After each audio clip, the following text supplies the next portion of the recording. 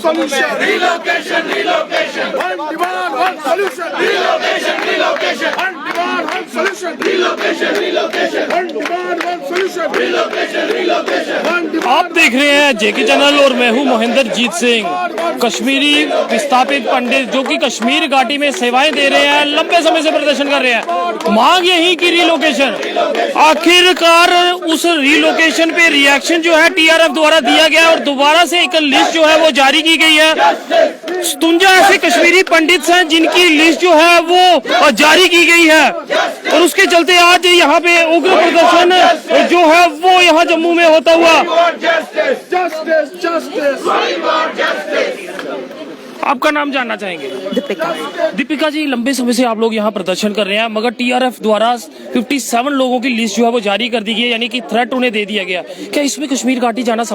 Sir देखिए, ये threat ऐसा नहीं है कि सिर्फ 57 लोगों को है या 54 लोगों को है। ये तो उन्होंने ट्रेलर निकाला, उनके पास सारे 5000-6000 एम्प्लॉइज की लिस्ट है, बाकायदा पूरा, कहाँ वो पोस्टेड है, कहाँ वो काम करते हैं, कितने बजे आते हैं, कितने बजे जाते हैं, सब कुछ है। आधा लिस्ट उनके पास आती कहाँ से? सर ये नहीं मैं बोल सकती कि उनके पास लिस्ट कहाँ से आती है, क्योंकि वो एडमिनिस्ट्रेशन का पार्ट है। जब उनका काम भी हम ही करेंगे तो हम लोग क्या अपना काम कर रहे हैं? फिर सारा काम अगर हम ही पे है, सारी जिम्मेदारी अगर हम ही पे है, एक अच्छा सिटीजन होने की जिम्मेदारी भी हमारे ऊपर ही है, नॉन वायलेंस की भी जिम्मेदारी हमारे ऊपर है, मरने की भी जिम्मेदारी हमारे ही ऊपर है। तो गवर्नमेंट क्या कर रही है, हमारे लिए क्या कर रही है? वो लोग क्यों नहीं सोचते हैं कि हम लोगों को भी जीने का हक है?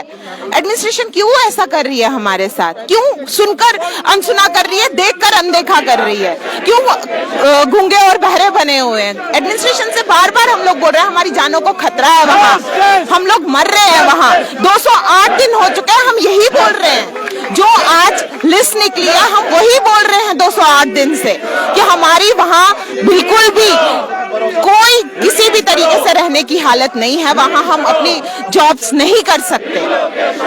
प्लीज प्लीज हमारी जानों को सेव किया जाए। उल्टा गवर्नमेंट क्या करती है, उसके एवज में हमारे लिए ऐसे ऑर्डर्स निकालती है कि आप लोग वहाँ ज्वाइन कीजिए, आप लोग वहाँ पे बायोमेट्रिक दीजिए। हम कैसे दे सकते हैं वो सब? क्या आप देख नहीं रहे हैं? उनके पास एक एक लिस्ट है। हमारी सेफ्टी की जिम्मेदारी आपकी है, प्लीज हमारी सेफ्टी रखिए यहाँ। और वो सेफ्टी एक ही तरीके से हो सकती है, वहाँ पे सिक्योर अकोमोडेशन से कुछ नहीं हो सकता। हम पिंजरे में बंद नहीं रह सकते, केज में हमें बंद रखेंगे वो चीज नहीं चलेगी। हमें यहाँ पे आजादी से जीने का हक है, हम भी इसी देश के वासी हैं, हमें इस देश में आजादी से जीने का हक है। प्लीज हमें वो हक दीजिए, हमें जिंदगी दीजिए प्लीज। देख सकते हैं कश्मीरी पंडित जो वहाँ कश्मीर घाटी में सेवाएं दे रहे हैं, उनके लिए समय डर का माहौल है। किस तरह से देखते हैं एक और थ्रेट जो है कश्मीरी पंडितों को दिया गया? जी सर, ये थ्रेट तो बहुत ही सीरियस थ्रेट है, क्योंकि इसमें आपको जैसे पता है, इसमें बाकायदा टीआरएफ ग्रुप ने हमारे एम्प्लॉयज के नाम दिए हैं, 57 एम्प्लॉयज के नाम, प्लेस ऑफ पोस्टिंग, पूरा डाटा उनके पास है। और साथ साथ उन्होंने ये दिया कि जो भी 6000 एम्प्लॉयज वहाँ कार्यरत हैं उन सबका डाटा हमारे पास है। ये तो एक छोटी सी लिस्ट है, इस पे मत जाइए, हमारे पास हर एक एम्प्लॉय का पूरा डाटा है और वो इन थ्रेट्स के लिए, एक्शन के लिए, हमारी ओर से जो एक्शन होगा उसके लिए वो तैयार रहें।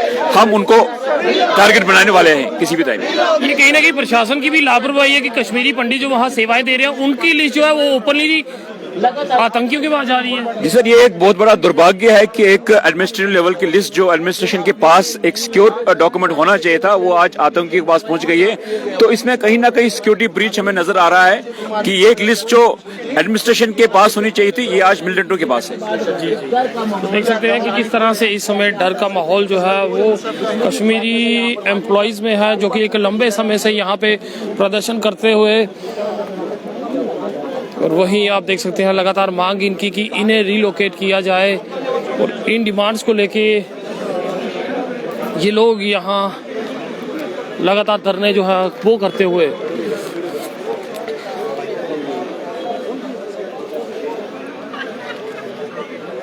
क्या कहेंगे जिस तरह से फिर एक और इनको आगे पूछो, आप कुछ बोलेंगे? देख सकते हैं डर जो है, आप देख सकते हैं कि अभी भी ये कैमरे को फेस नहीं कर रहे, क्योंकि ये जानते हैं कि वापस सेवाएं जो है वहां पे देनी है। और क्या कहेंगे किस तरह का डर का माहौल है? फिर एक और लिस्ट जारी। देखिए ये लिस्टें जारी, कल लिस्ट जारी होगी, लेकिन थ्रेट लेटर्स हमें कंटिन्यू आ रही है 208 दिन से। इसलिए तो बैठे हैं यहाँ पे कि हमारी जान को वहाँ पे खतरा है। किलिंग्स हो गई, किलिंग्स के बाद हम यहाँ पे आ गए, उसके बाद भी हम बोल रहे हैं कि वहाँ पे जान का खतरा है। अगर वो फैमिली जो 25 साल के बाद भी आज उसको भागना पड़ा, उससे क्या ज़्यादा प्रमाण चाहिए। लेकिन गवर्नमेंट के कान पे कोई कुछ नहीं आ रही है, गवर्नमेंट कोई प्रतिक्रिया नहीं दे रही है। उसके एवज में हमें गवर्नमेंट क्या कर रही है, हमारी सैलरीज बंद कर रही है। हमें मारने के साथ साथ हमारी फैमिलीज को भी मारा जा रहा है। 6 मंथ से हमारी सैलरीज नहीं है, 4 मंथ से हमारी सैलरी, 3 मंथ से हमारी सैलरीज नहीं। अब सोचिए हमारी फैमिलीज कैसे तड़प रही है। ऊपर से थ्रेट लेटर आने से हमारी जान को और ज्यादा खतरा पड़ रहा है। आप देखिए, इससे पहले जर्नलिस्ट को एक लिस्ट आया था, रातों रात कोई सुनने में 5 से 7 जर्नलिस्ट ने उस समय रिजाइन किया, किनको जब उनको भी थ्रेट लगा। आज हम पे आए, ये खाली लिस्ट 57 एम्प्लॉयज का नहीं है, ये खाली उन्होंने एक ट्रेलर दिया होगा उनके पास ये बताने के लिए कि भाई हमारे पास आपकी सब डिटेल्स है। आप देखिए वो लिस्ट पूरा देखिए, उन्होंने ये तक बोला है कि कहाँ पे किसकी पोस्टिंग है। अगर उस लिस्ट में सपोज मेरा नाम नहीं है, क्या मैं शांत रहा हूं कि मुझे नहीं होगा? क्या भरोसा है इस चीज का?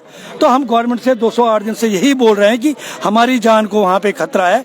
जितनी देर हमें आप वहां पे सुरक्षित नहीं कर पा रहे, उतनी देर हमें अटैच किया जाए अपने रिलीफ कमिश्नर के ऑफिस में या इसके सहयोगी ऑफिस में। जहां तक जब हालात ठीक होंगे हम खुद उठ के चले जाएंगे, उसमें हमें कोई प्रॉब्लम नहीं। लेकिन अभी है, जब ये मोदी जी का ही नारा है, जान है तो जहान है। जब हमारी जान रहेगी तभी नौकरी रहेगी, जब जान ही नहीं तो नौकरी को क्या करेंगे? तो हमारी गवर्नमेंट से निवेदन यही है कि एक हमारी जान बचाई जाए, जितनी देर हालात ठीक होंगे तब तक हमें अटैच किया जाए जम्मू के रिलीफ कमिश्नर ऑफिस में। साथ साथ हमारी सैलरी रिलीज की जाए, सो दैट कि हमारे बच्चे, हमारे माँ बाप भूखे ना तड़पे, दवाओं के बगैर ना मरे। धन्यवाद।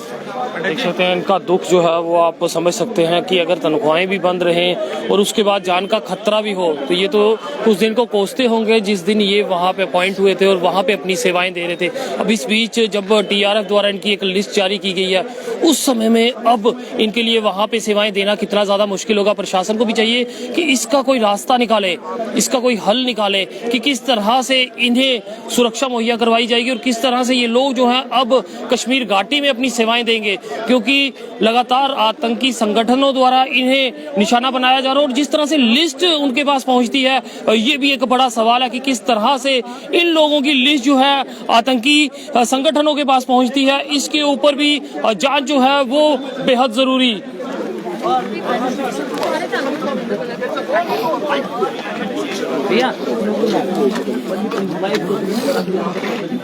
फिर एक और लिस्ट जारी, आखिरकार ये लिस्ट उन तक पहुंचती कैसे? देखिए, आप देखेंगे कि जैसे वो ब्लैक शिप हर जगह है, उनके जो उनके सिंपैथाइजर्स है, ओवरग्राउंड वर्कर्स है, ऐसे हर किसी डिपार्टमेंट में उनके सिंपैथाइजर्स है। जो ये वाइटल इंफॉर्मेशन जो डायरेक्टर स्कूल एजुकेशन कश्मीर की एक ट्रांसफर लिस्ट थी, वो ये इस कवोट टीआरएफ तक, कायर टीआरएफ तक कैसे पहुंची, ये दर्शाता है कि कहीं ना कहीं ब्लैक शीप वहां पे है। उनको पहचानने की जरूरत है, उनको एलिमिनेट करने की जरूरत है, उन पे नकेल कसने की जरूरत है।